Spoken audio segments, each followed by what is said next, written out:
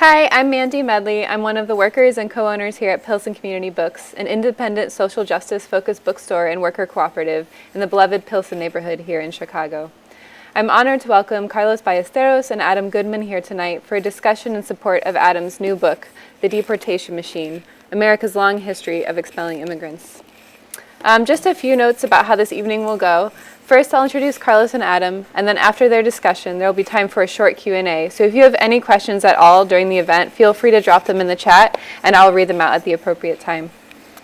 And I'd also mention that if you'd like to purchase a copy of Adam's important book, and you'd also like to support Chicago's only worker-owned and operated bookstore, you can purchase one on our website at pilsencommunitybooks.com, where it's also sold wherever books are sold. And so now, without further ado, I'll introduce tonight's guests. Carlos Ballesteros is an investigative reporter at Injustice Watch, a nonprofit newsroom in Chicago dedicated to covering the criminal justice system. Carlos joined Injustice Watch in June 2020 after 2 years at the Chicago Sun-Times, where he covered immigrant and working class communities of color throughout the south and west sides of the city. Before joining the newspaper, Carlos was a digital reporter for Newsweek in New York and interned at The Nation and In These Times. And Adam Goodman teaches in the Department of History and the Latin American and Latino Studies program at the University of Illinois in Chicago. His writing on immigration history and policy and U.S. and Mexican politics has appeared in outlets such as The Washington Post, The Nation, and the Journal of American History. Goodman is a faculty advisor to UIC's Fearless Undocumented Alliance, a co-convener of the Newberry Library's Borderlands and Latinx Studies Seminar, and co-organizer of the Immigration Syllabus Public History Project. And The Deportation Machine is his first book. And now I'll turn it over to you two. Thanks for joining us here tonight. Thanks, Mandy. Thank you so much, Mandy, and thank you, Carlos. Thank you. Yeah. So I'll just introduce the topic and then we'll get right into it. So, like clockwork, the United States has deported 57 million people in the last 137 years. That well-oiled bureaucracy is rooted in the anti-Chinese sentiment in the mid-19th century and stretches to today, when the United States has deported thousands of immigrants in recent months to Honduras, Cambodia, and other countries, despite many of those immigrants testing positive for COVID-19 after contracting the virus in crowded immigration jails. To help us understand the inner workings of this bureaucracy and how it's affected our communities here in Chicago as well, and what changes we could possibly expect from a Biden administration, Professor, thank you. Hopefully, thank you so much. Yeah, of course. I know we can't promise to answer all, but we'll try our best to at least have an interesting discussion and a fruitful one with people who are with us tonight. Yes. Cool. So let's get right into it. You call break down for us what you mean by the deportation machine.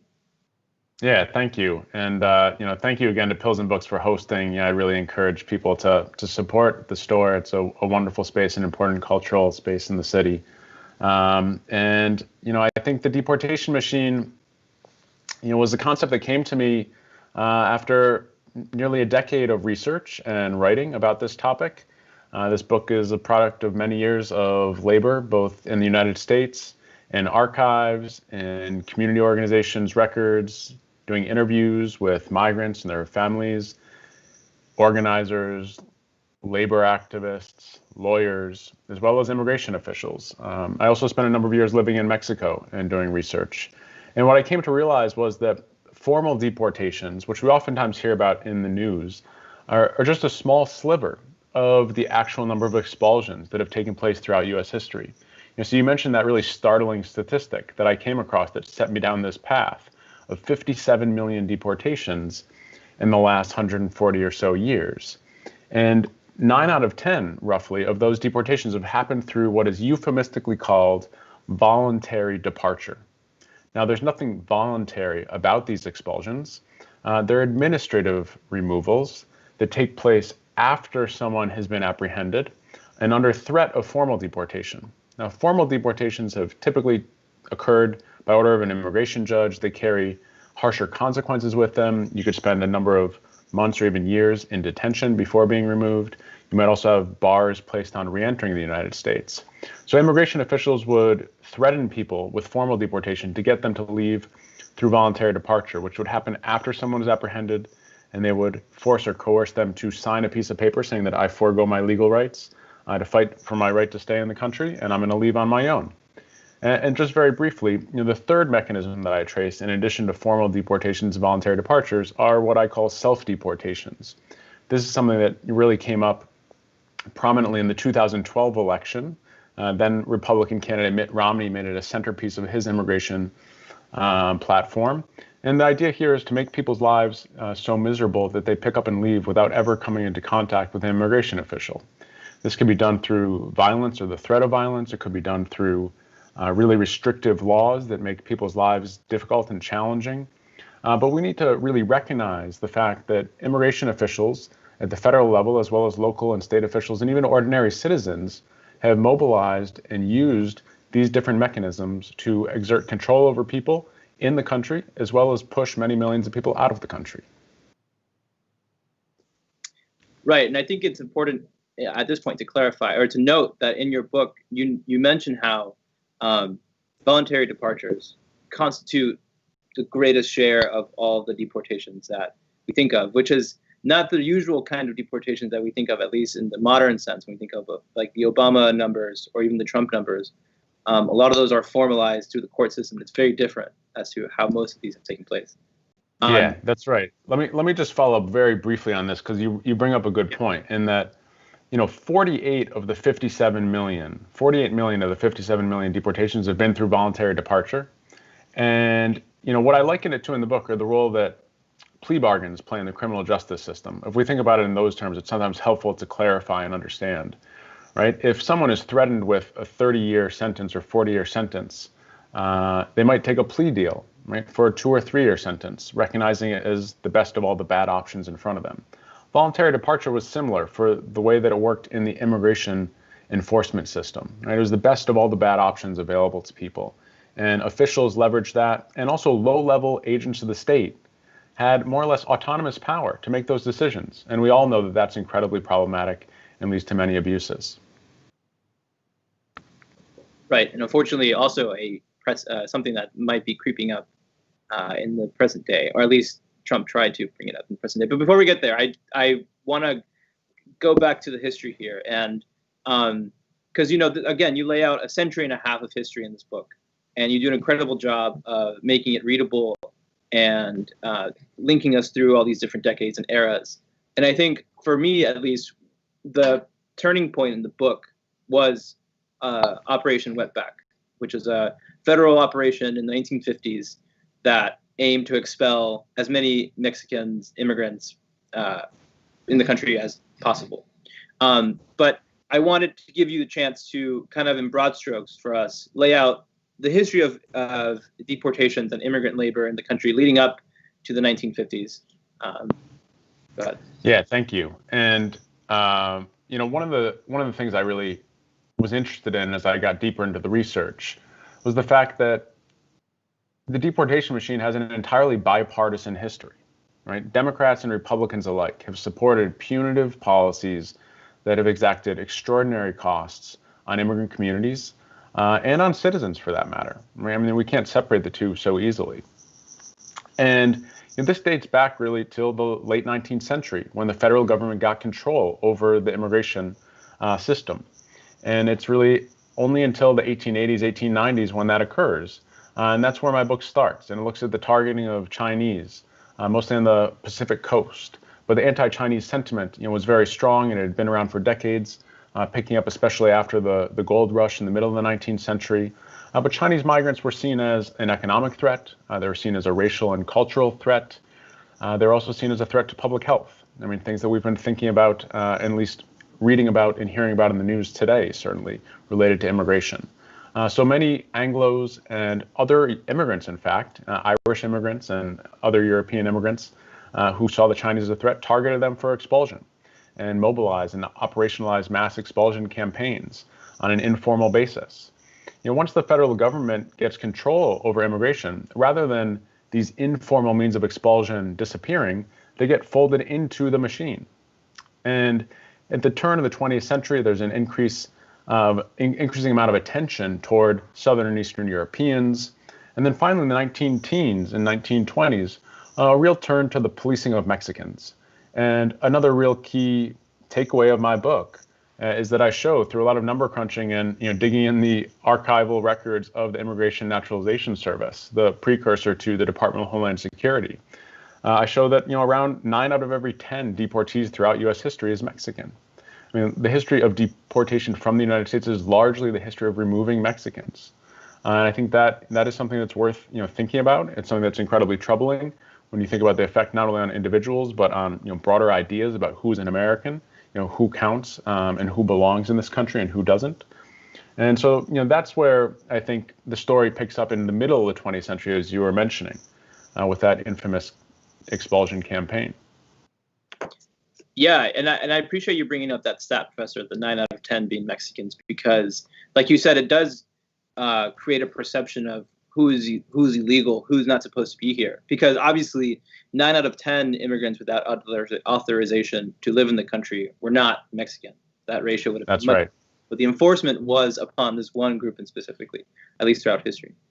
And yeah, I think it comes to a head in the 1950s with Operation Wetback. And for those unfamiliar with the term, wetback is a derogatory term used against Mexicans, also known as mojado, in reference to Mexican migration or Mexicans swimming across the Rio Grande in Texas to get states.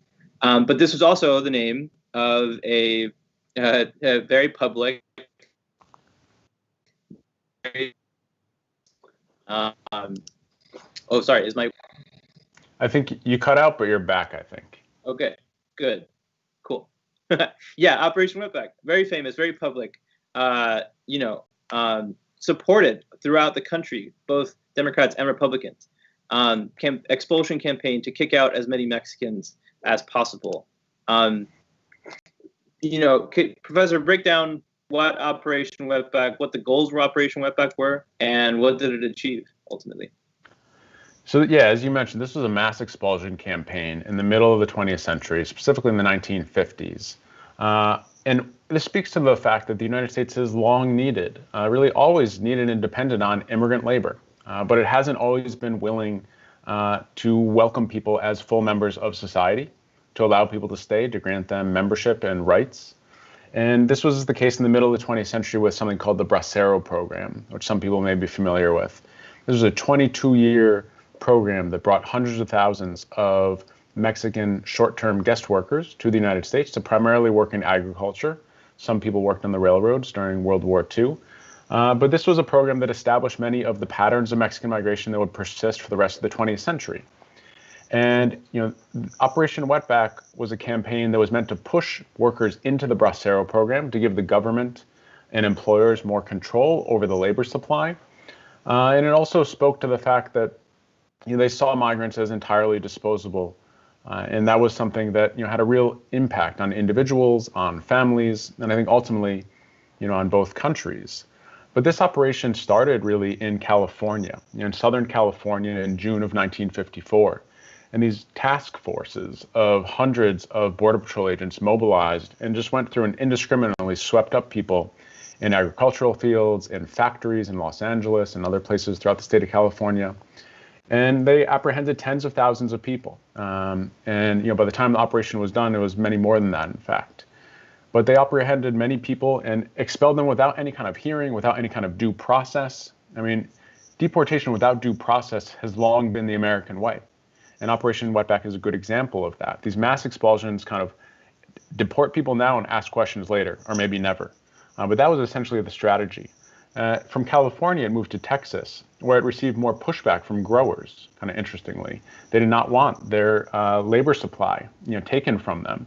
They were very much in favor of maintaining that exploitable labor supply of Mexican migrant workers.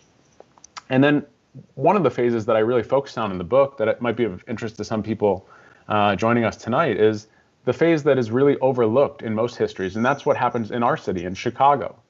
There's a Midwestern phase of this campaign that we don't know that much about. But what it speaks to is how hard it was at that time to apprehend and round people up. in urban America. Many of the people living in Chicago at that time had been in the country for years, if not decades. They were integrated into the city. They had bank accounts, obviously. They owned property.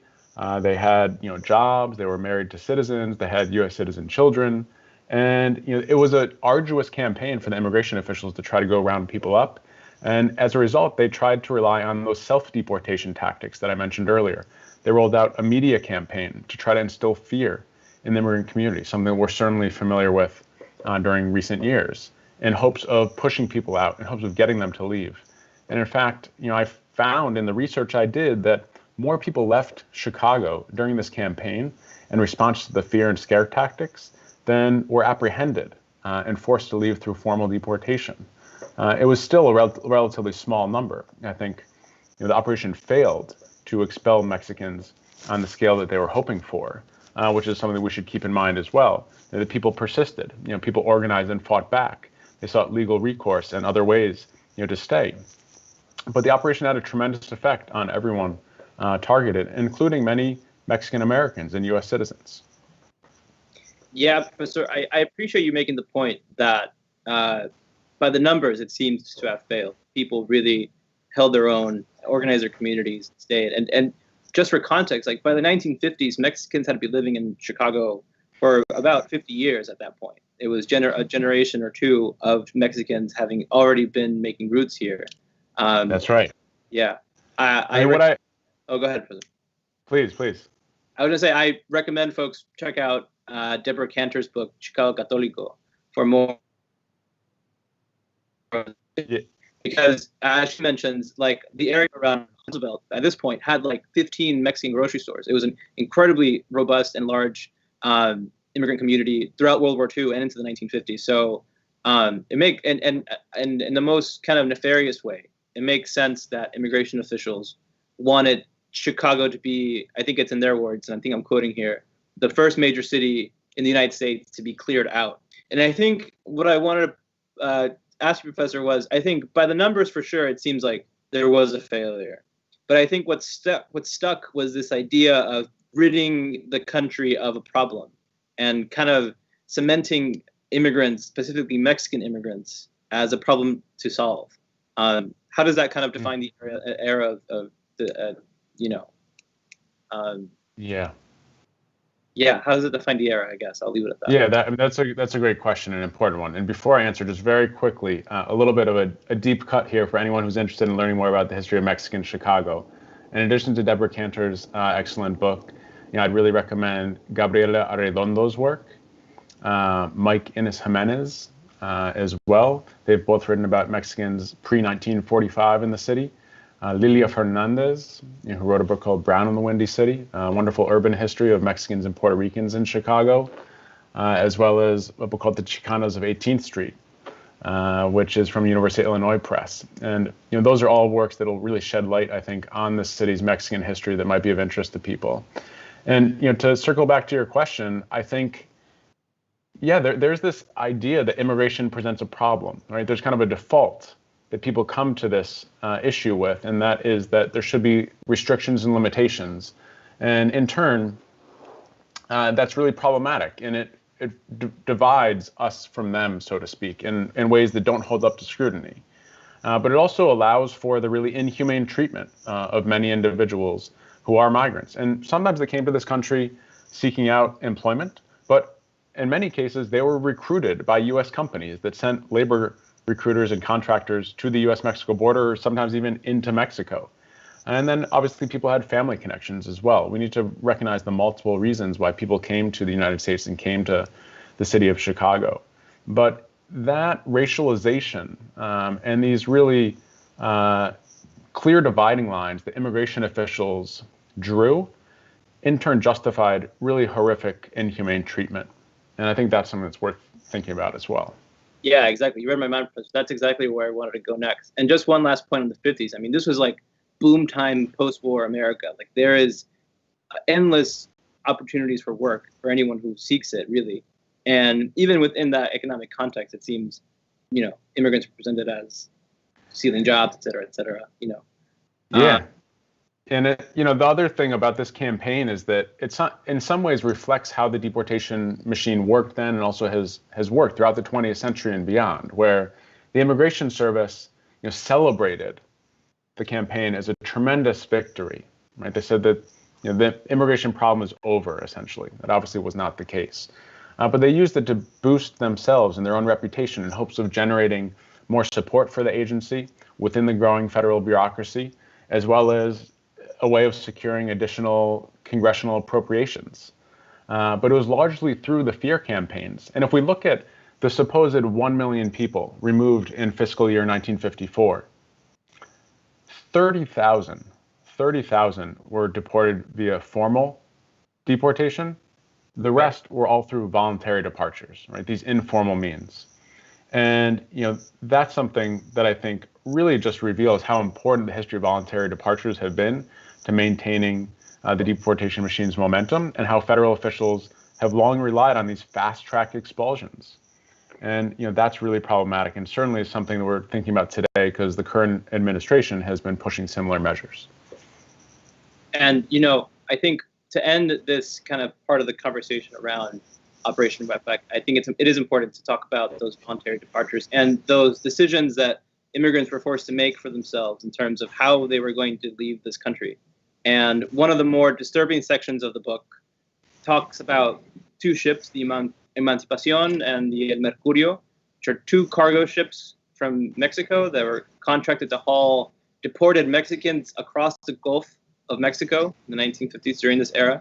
And those were also, if I'm correct, voluntary departures. It was immigrants signing up because they had been agents. They needed to leave, so they signed the papers. And this was the mechanism by which the country decided to kick them out. Talk to us in the grim detail but important details of these two ships and what they represent in the history of deportation. Yeah, thank you for that question. I think the history that I trace is certainly not an uplifting history in many cases, although people did organize and fight back, which is also important for us to recognize, and I discuss that throughout the book. But it's an important history, right?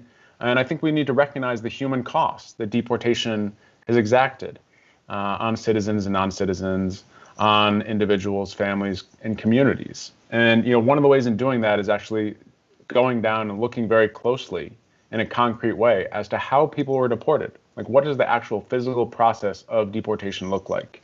And I traced the Immigration Service's use of buses and trains and boats and planes to remove people from the country during the 20th century, including contracting private transportation companies. Many of them we all have probably taken, like Greyhound bus lines, American Airlines, and others. But they hired some cargo carriers above all to carry out most of these operations. And one of them was the Flying Tiger Airlines, which was the largest cargo carrier at that time that was used to move people within the country as well as out of the country. It was later bought out by FedEx in the 1980s. But then I really zero in on and try to give a sense of what it might have been like to be on these transportation cargo ships that you brought up. Two different Mexican companies, I should emphasize, right? These were not U.S. companies. These were Mexican companies trying to profit off the misery of their fellow citizens that took bananas from places like the Mexican state of Tabasco to the U.S. state of Alabama. And then on the return trip back, they picked up deportees in South Texas and took them in the same holds that the fruit had been in to Veracruz. And from there, they were taken into the Mexican interior. But the idea was to deport people far away from the border. And on the one hand, this was a way for the companies to maximize profits. And you might imagine and you might understand how maximizing profits meant keeping things really bare and in inhumane conditions, essentially, on these ships. And they were absolutely horrible. They treated immigrants as human cargo. That was the terminology that they used to describe them. And that had real effects for individuals. And people dreaded the ships. It was used as a deterrent measure. Punishment was the point, right? And this toxic combination of punishment and profit motive, combined in the middle of the 20th century and for much of the 20th century, in fact, and more recently we might think about it in the ways that private immigration detention facilities, drive the system. But it combined in a really disturbing, upsetting way, and only because the officials on both sides of the border, saw the Mexican migrants themselves as different, as distinct, as racialized beings that were okay to treat in this manner because of who they were. Right? This is where racism certainly mattered, and also the class distinctions and differences mattered a great deal, because you had Mexican officials saying equally horrible things as the U.S. officials. But this was a part of the book that I really try to help us understand, what are the human costs of the deportation machine? What have they been in the past? And how have they changed, or perhaps not? What has been the continuity over time? Yeah, and I think I appreciated that section of the book because, as horrific as it is important to recognize the level of state-sanctioned trauma that was inflicted on people who, again, were voluntarily departing the country that they had been apprehended in. There was no law that required it to be this harsh, but they intended it for it to be this harsh. And I think fear is an important theme throughout the book. Yeah, no, without a doubt. I mean, this was part of the plan, right? This was baked into the system. And one of the things I wrestled with in trying to think about the broader implications of these policies are, I think oftentimes the United States has this mythical reputation, right, of a nation of immigrants, a nation that's been welcoming to foreigners throughout its history. Many people know that certainly is not true. That doesn't hold up to scrutiny in many cases. But if we trace this longer, broader history of deportation and the punitive policies, and we understand it's people who have had multiple experiences interacting with immigration officials and being subject to these policies, I think we really need to recenter within the immigrant experience, if we want to think of it in that really broad general term, and that might be problematic, but the immigrant experience largely is consisted of enduring state-sanctioned trauma. Right? That is not something that I think most people know. But it's really important for us to reckon with, and perhaps might inform different policy decisions today or in the future. Yeah, I think, I will interject here and say, well, before I actually say that, I would say thank you to everyone who's still tuning in, and please submit your questions throughout the discussion, and we'll read them at the end of this. But, I think the idea of state-sanctioned trauma being central to the immigrant experience of so many immigrants, it speaks true, at least to my family. My grandpa here in Chicago before he died talked about running away from immigration agents a few times. Just his workplace is getting raided and him having to scurry out, hide in dumpsters, hide in an alley, lay low for a couple of days. These things were just part of the everyday experiences of people's lives. And I think it's hard for us to kind of, in the present tense, understand that level of fear, because we see that Trump's deportation numbers and we see Obama's deportation numbers. But I think what the book also shows is like the massive levels of expulsions that were happening throughout the 70s and up until the Great Recession in 2008, something you call the era of mass expulsion. Can you break that down for us a little bit and kind of put those numbers into context for us? Yeah, and I appreciate that. Thank you for sharing and for helping us understand the real impact that had on your family. And I think that's not uncommon during this era of mass expulsion. The possibility of being apprehended for Mexicans or ethnic Mexicans, right? Mexican Americans, that is, people in the country with permanent residency or citizenship. It became a reality, an everyday thing, and not unlike some of what we see today, with people, knowing when they left their house or their apartment that they could be apprehended, they could be deported.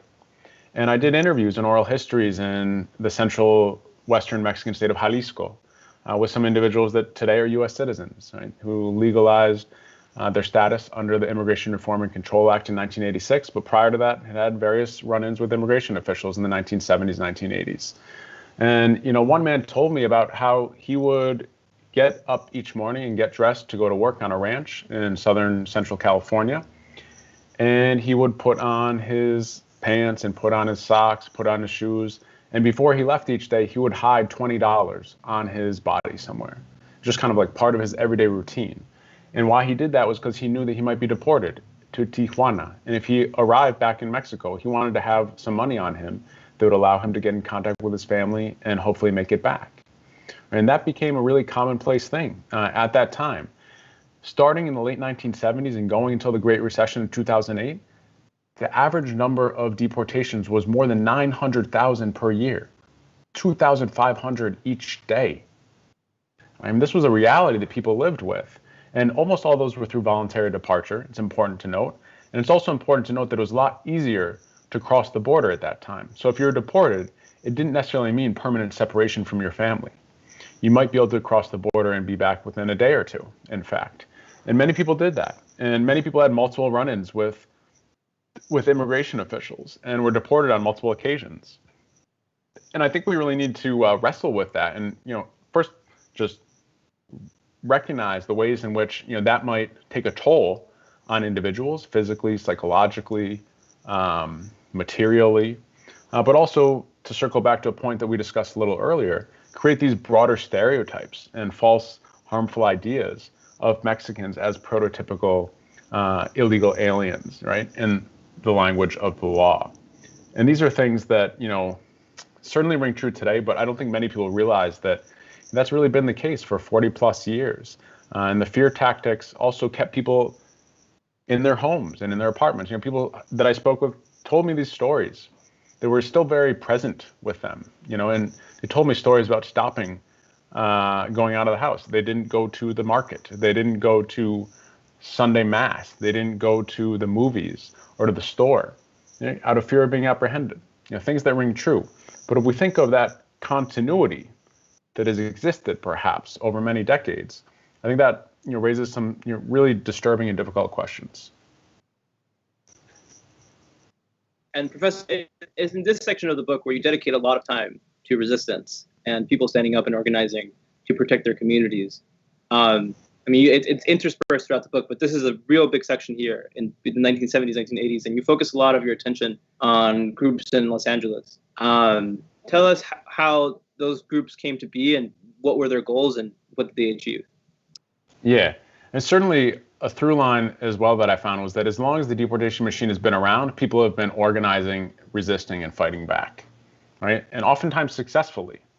But this one particular chapter, the 5th chapter of the book, looks at the struggles in the 1970s, coming out of the Chicano movement and the civil rights movement, right? The Black freedom struggle, where you have organizers and activists who are collaborating and forming solidarity networks with labor unions, with lawyers, with migrants themselves, and others who are interested in defending the rights of people that have lived in the United States, in some cases for many years or decades, as we mentioned. And I zero in on this one particular case, which is very revealing and very important, at a shoe factory outside of Los Angeles. And one morning in May 1978, a group of 40 immigration agents left their downtown Los Angeles office on a number of vans and bus, and they showed up at this shoe factory, surrounded it, closed off all the exits, and proceeded to go through and question the many hundreds of workers who were there at the time. They indiscriminately did so, just based on how people looked, essentially racially profiling everyone. And they returned that day to their office in downtown Los Angeles with 119 people in custody. Just 8 hours later, half of those individuals were on their way to the Mexican border for deportation via voluntary departure. But the buses didn't make it to the border that day. Because what was happening in the background was that this activist network that had been prepared, that had been organized, sprang into action, filed an injunction with a federal judge, who granted it and stopped the deportation. Many of those individuals fought their cases, ended up having their deportations stayed, and ended up being able to stay in the country. Right? They also filed a class action suit that granted migrants, broad rights before the law. Now, those didn't stick in many cases, but the important thing here was that people had figured out a way to fight back and win. And in fact, the Immigration Naturalization Service, they were shaking. They were scared at this time because what they realized was that if most people rejected voluntary departure, the Immigration Service wouldn't be able to keep the deportation machine running. They wouldn't be able to prove that people were deportable. They wouldn't be able to prove where they were born or how they had entered the country and with or without authorization. And there were statements in the news and the media at this time of the Immigration Service saying, this is our worst nightmare. So the stakes were high, right? They didn't succeed. The migrant activists didn't succeed in getting millions of people to do that. And it's totally understandable why, I think, because doing so would have been sacrificing your own freedom in many cases, perhaps waiting in detention, as this larger strategy unfolded. But the very fact that they figured out a way to bring the deportation machine to a halt is really important for us to recognize, and to recognize that the machine remains vulnerable today, just as in the past. And that's something that activists and organizers certainly know, and are always strategizing to try to figure out the most effective ways to fight back. Right. And, it's always important to see those chapters in books like these, because like you said, those through lines of resistance are always there. It's just a question of finding them. And I think you did a particularly good job of highlighting those struggles. And I think that brings us to kind of the contemporary era, which is like Obama, right? Deporter in chief. And I think once we get to Obama, I think the conversation shifts in many ways.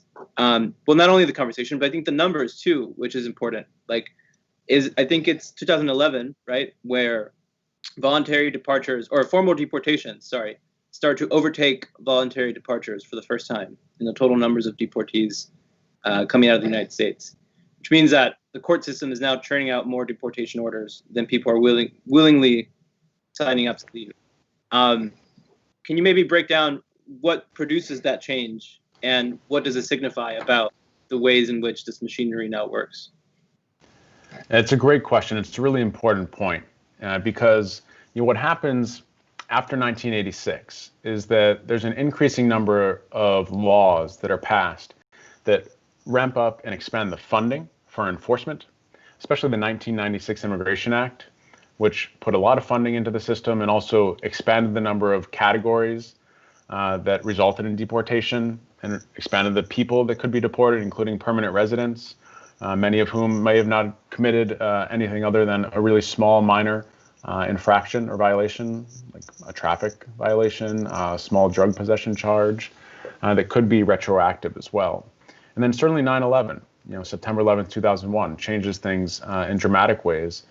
The very creation of the Department of Homeland Security, right? And the mixing, I think, in really problematic ways of the immigration system that was mostly dealing with people seeking employment or being recruited to work, and people seeking to reunite with their families, or people fleeing from violence or natural disaster or issues related to climate change and seeking refuge. All of those individuals who make up the vast majority of people trying to come to the United States, were conflated with people that the government saw as potential terrorist threats, and that had really horrible effects, I think, on everyone. And at this point, they've become so intertwined that it's difficult to see how they could become disentangled anytime soon. Though that led to many problematic consequences. One of the things that you brought up is that formal deportations in 2011 outnumbered voluntary departures for the first time in 70 years since the Ballesteros program started. And part of that had to do with the downturn in Mexican migration. There are fewer people coming to the country, but also just the explosion of funding for the Department of Homeland Security to carry out enforcement operations. And at the same time, something that I found in doing the research that I don't think many people realize is that the formal deportations come to resemble voluntary departures in their streamlined nature, right? Most of them are expedited. So the last few years of the Obama administration, 8 out of 10 deportations through formal expulsion happened through these fast-track mechanisms that didn't really give people their day in court, so to speak.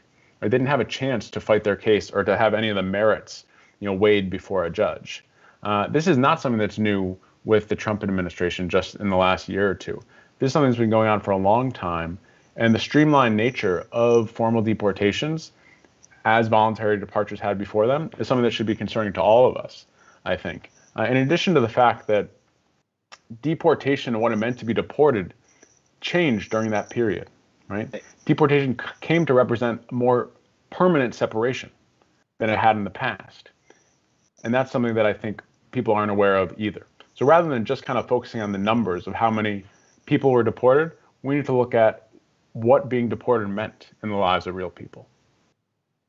Yeah, I was going to say, Professor, I think that's exactly the right point to make, because deportation, say, in the 70s meant something very different than it means today. The enforcement mechanisms on the border itself make it almost impossible for someone to come back in, even if they were deported, or if they are deported, which is not the case historically. Which That's right. This network of human smugglers and all these other issues that promulgate out of the militarization of the border. And I think it's important, and I'm glad you bring up Trump now and the way that you bring him up, which is that he's not so different than, Obama. Like, a lot of the stuff is not so new.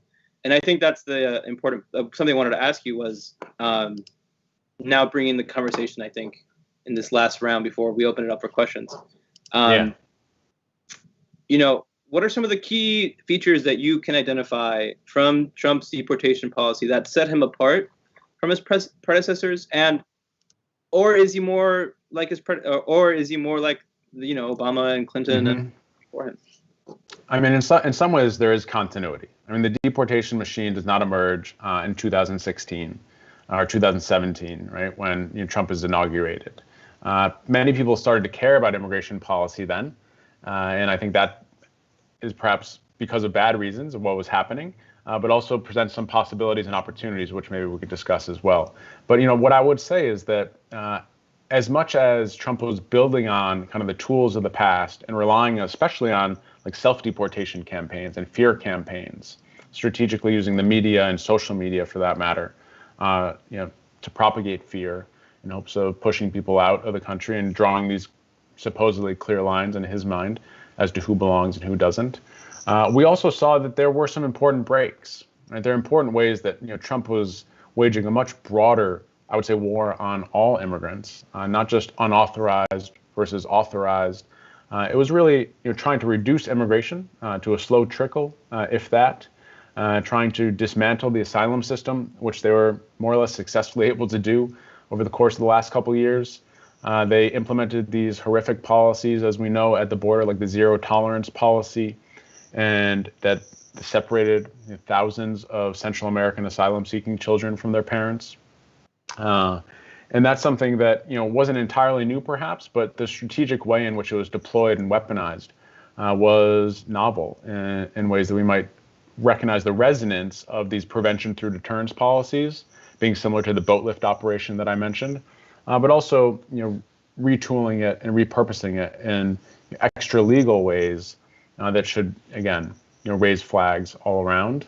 And then certainly the Remain in Mexico program, right? Asylum seekers can't even come to the United States and request asylum. They have to stay in Mexico while their cases play out. And one of the real challenges, I think, moving forward for the Biden administration is going to be, resolving some of the damage, left in the wake of the Trump administration's 400 plus changes to immigration policy. They've been very single-minded and effective in this regard, and I think a way that we haven't seen in the recent past. So while they're building on certainly a punitive system that predated them, they've also expanded in all kinds of ways, kind of throw the spaghetti at the wall type of approach and see what sticks.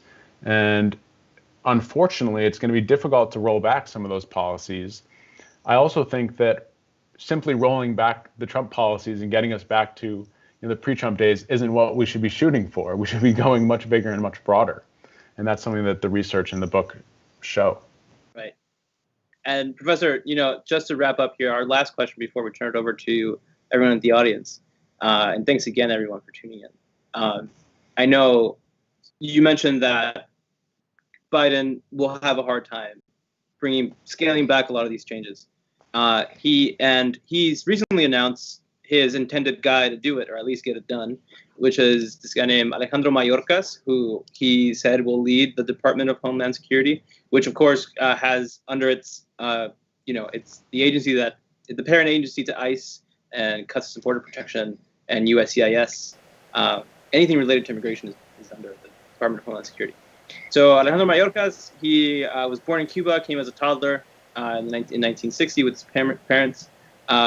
Was Obama's head of Customs and Immigration Services, and later was Deputy Secretary under DHS. he had a speech today. He was quick. It was not very newsworthy, but he said that the immigration system is badly broken, and we all know it. And he said that it's time to stop vilifying communities and end the unjust treatment of immigrants. But the Biden team hasn't been very specific as to policy, as to how they will roll back some of these Trump-era policies. A lot of people have celebrated Mayorkas' appointment, or soon-to-be appointment, given that he's Hispanic, Latino, given that he's from an immigrant background, and there's this hope in some circles of the Biden team being able to roll back some of these Trump policies. But I know that there's a very interesting historical parallel in your book that I would like to end on this conversation, at least this part of the conversation tonight, about this guy named Leonardo Castillo. Is that his name? Leonel Castillo, who was the head of the Immigration Service in the 1970s, if I'm not mistaken, which is at the height of the deportation machine that's churning out all these deportations. Talk about Leonel Castillo and the parallels you see between him and Mayorkas real quick.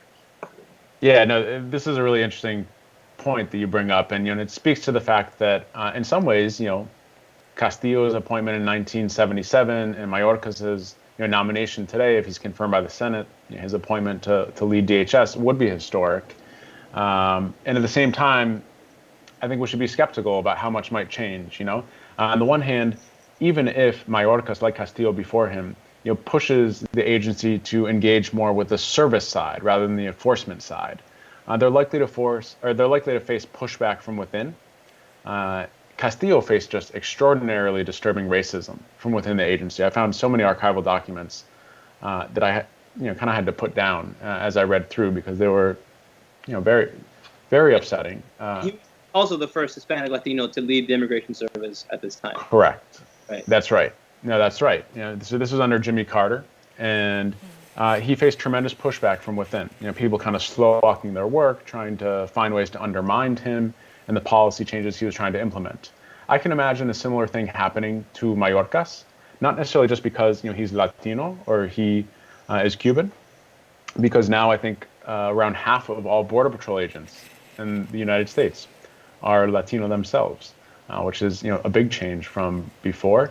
But because of Mayorkas' perceived liberal politics and the changes that he's trying to implement, if he does try to push for more humane reforms within the agency, I can imagine people, who are rank and file on the ground agents and officers of the Department of Homeland Security, trying to undermine those efforts. And I think the bigger question that comes up, and it might be a parallel between the two, is that they're certainly perhaps more humane than their predecessors.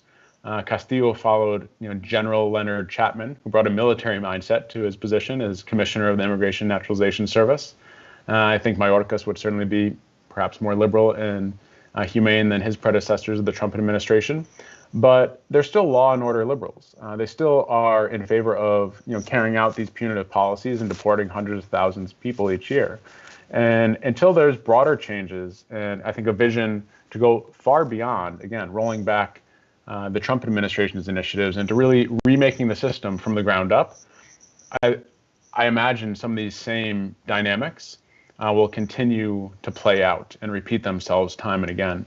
And it speaks to the limits of kind of the politics of representation and what one can and can't do within the agency. Well, Professor, it's been a great 55 minutes or so, and my internet did not go out again, which is also great. We have a few questions from people in the chat.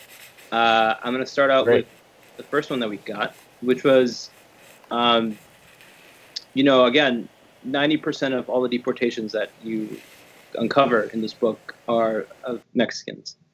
The question is, why did the U.S. single out Mexicans for deportation? Was it the fact that there are so many more of them, given the convenience or like the proximity of Mexico to the United States? Or was it particular hatred and racism towards Mexicans? Perhaps a combination of both, I would say. I mean, it certainly has to do with, the geography matters a great deal. The other thing, which I didn't mention earlier, but is important context here, is that immigration officials start to single out Mexicans, in part because immigration exclusion laws had prevented people from other places like China, Japan, Southern and Eastern Europe from coming to the United States. So the U.S. still needed migrant laborers But since those other sources of labor were cut off, they turned increasingly to Mexico. Mexican laborers and people from the Western Hemisphere, from the Caribbean, were still able to come to the United States after 1924, unlike other people from other parts of the world. So that disproportionate reliance on Mexican labor also led to the disproportionate targeting, and certainly the nearly 2,000-mile border between the two countries mattered, and the fact that the vast majority, something like 18 of the 20,000 Border Patrol agents today, are stationed on the U.S.-Mexico border. And I think that's certainly revealing. So the bureaucracy has a lot to do with it, but certainly anti-Mexican racism and sentiment does as well, and the vilification of Mexicans over many decades. And I think those two things actually are interconnected. They go hand in hand. And they've led to these ideas that Mexicans don't belong, which then in turn leads to more targeting of them for enforcement actions. But yeah, I appreciate the question. It's a good one. Yeah, and I would just add, I think, just to kind of reemphasize this point from earlier that you made, is that this system of continuing, of needing migrant labor, but then the enforcement mechanism from the state coming to shoo some away and then to have them come back because of that demand really does benefit, the upper business class, the capitalist class, whatever you want to call it, because it maintains a system of exploited labor, of millions of laborers, of workers who cannot turn to normal channels to complain about their boss or to say that they're being paid on their minimum wage. Because it ensures that they will get kicked out, that there's an enforcement mechanism to get rid of them at every turn.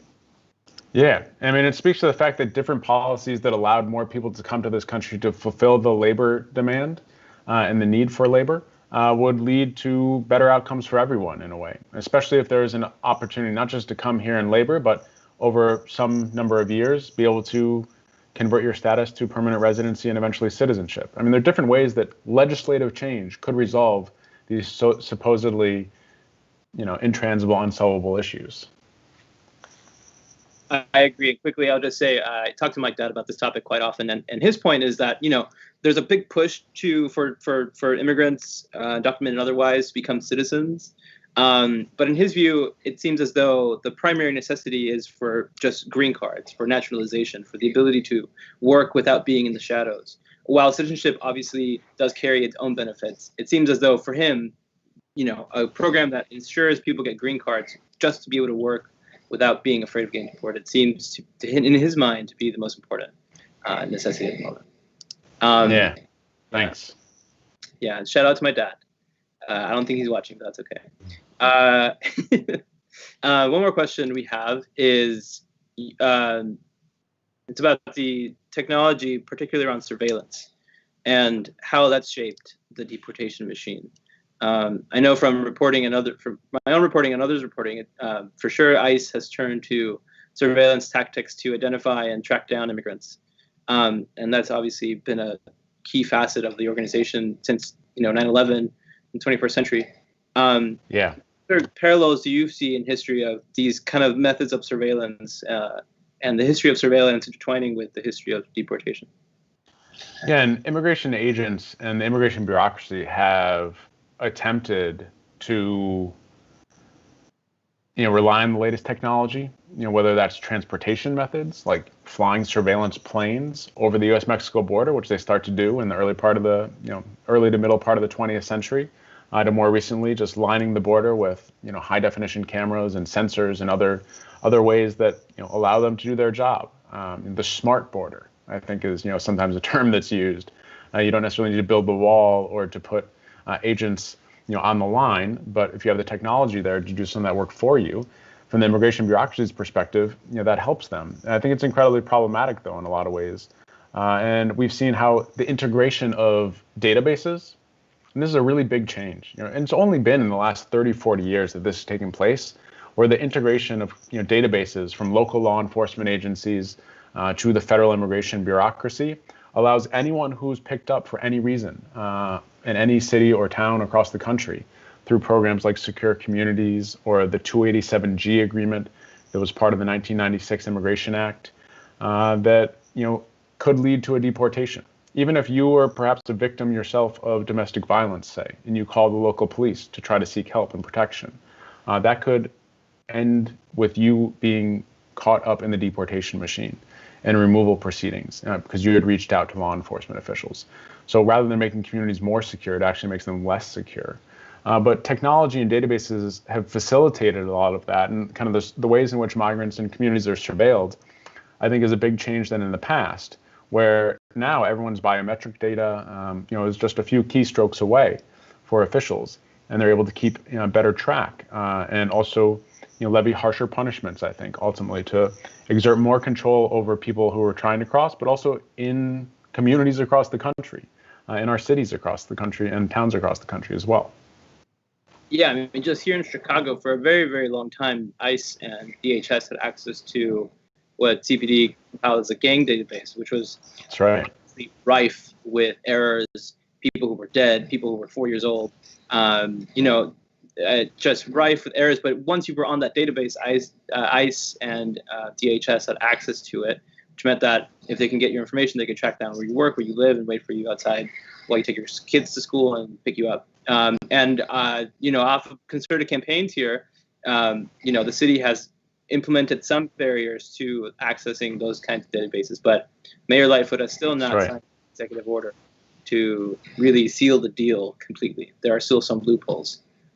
Yeah, I would just give a quick shout out to organizations like Organized Communities Against Deportation and others in the city who have been doing a lot of this work to try to end the gang database for all the reasons that you just mentioned. Yeah, shout out OCAD for sure. Cool. So we have a couple more questions. I think we have time for one more, maybe two. There is a question about, I'll just read it out from here. After writing her book on undocumented minors at the border, Valeria Luiselli lamented that she had chosen a literary life instead of going to law school to fight Obama's awful immigration policies. What are some ways that, quote unquote, regular, not lawyer policymakers involved in the fight against? Yeah, so this is a wonderful book. Valeria Luiselli's Tell Me How It Ends. I'd really recommend it to anyone. It's a quick read. It's really an essay, she calls it, in 40 questions, in which she served as a translator in the asylum system for Central American children, unaccompanied minors who are navigating that process. And she structures the book through the 40 questions and the questionnaire that she had to fill out with them. And it's a very moving, powerful story. And I've used it in my teaching to great effect, but I'd really encourage anyone who's interested to pick it up. And also to recognize this was during the Obama administration, as you mentioned, right? Not during the current administration, which speaks to some of that continuity. But I think there's a lot of ways people can get involved. I mean, there are concrete ways perhaps in your local area, wherever that might be. There might be organizations, there probably are organizations that are doing some of this work already, and you might be able to support them in any number of ways. Whether it's participating in the events that they're organizing, is showing up to different rallies that are going on in the city. Perhaps it's financially supporting them and the work that they're doing to help them continue that work. Perhaps there's ways in which you can seek out local immigration lawyers who are in need of translation services, different immigrant aid organizations. Certainly in Chicago, there are many, but there are many across the country. And you don't need to start from scratch. I would say build on the people that are already doing this type of work, who you could support. And then certainly, getting involved in political campaigns or educating yourself and others about these issues. And pushing for policies, and politicians that would implement policies that you would support and the types of changes you would like to see. And I think that's really, crucial. We know that legislative change is ultimately going to be, the best way to resolve so many of the issues that have plagued this country related to immigration enforcement. And the way the deportation machine has developed over time, has been built through strategic decisions of certain individuals at certain points in time. And different sets of decisions could take us in a different direction. I don't want to leave everyone with the sense that there's this inevitability of this, this horrible history is just going to continue indefinitely. And we could have a different outcome. And there are different ways that you could support that.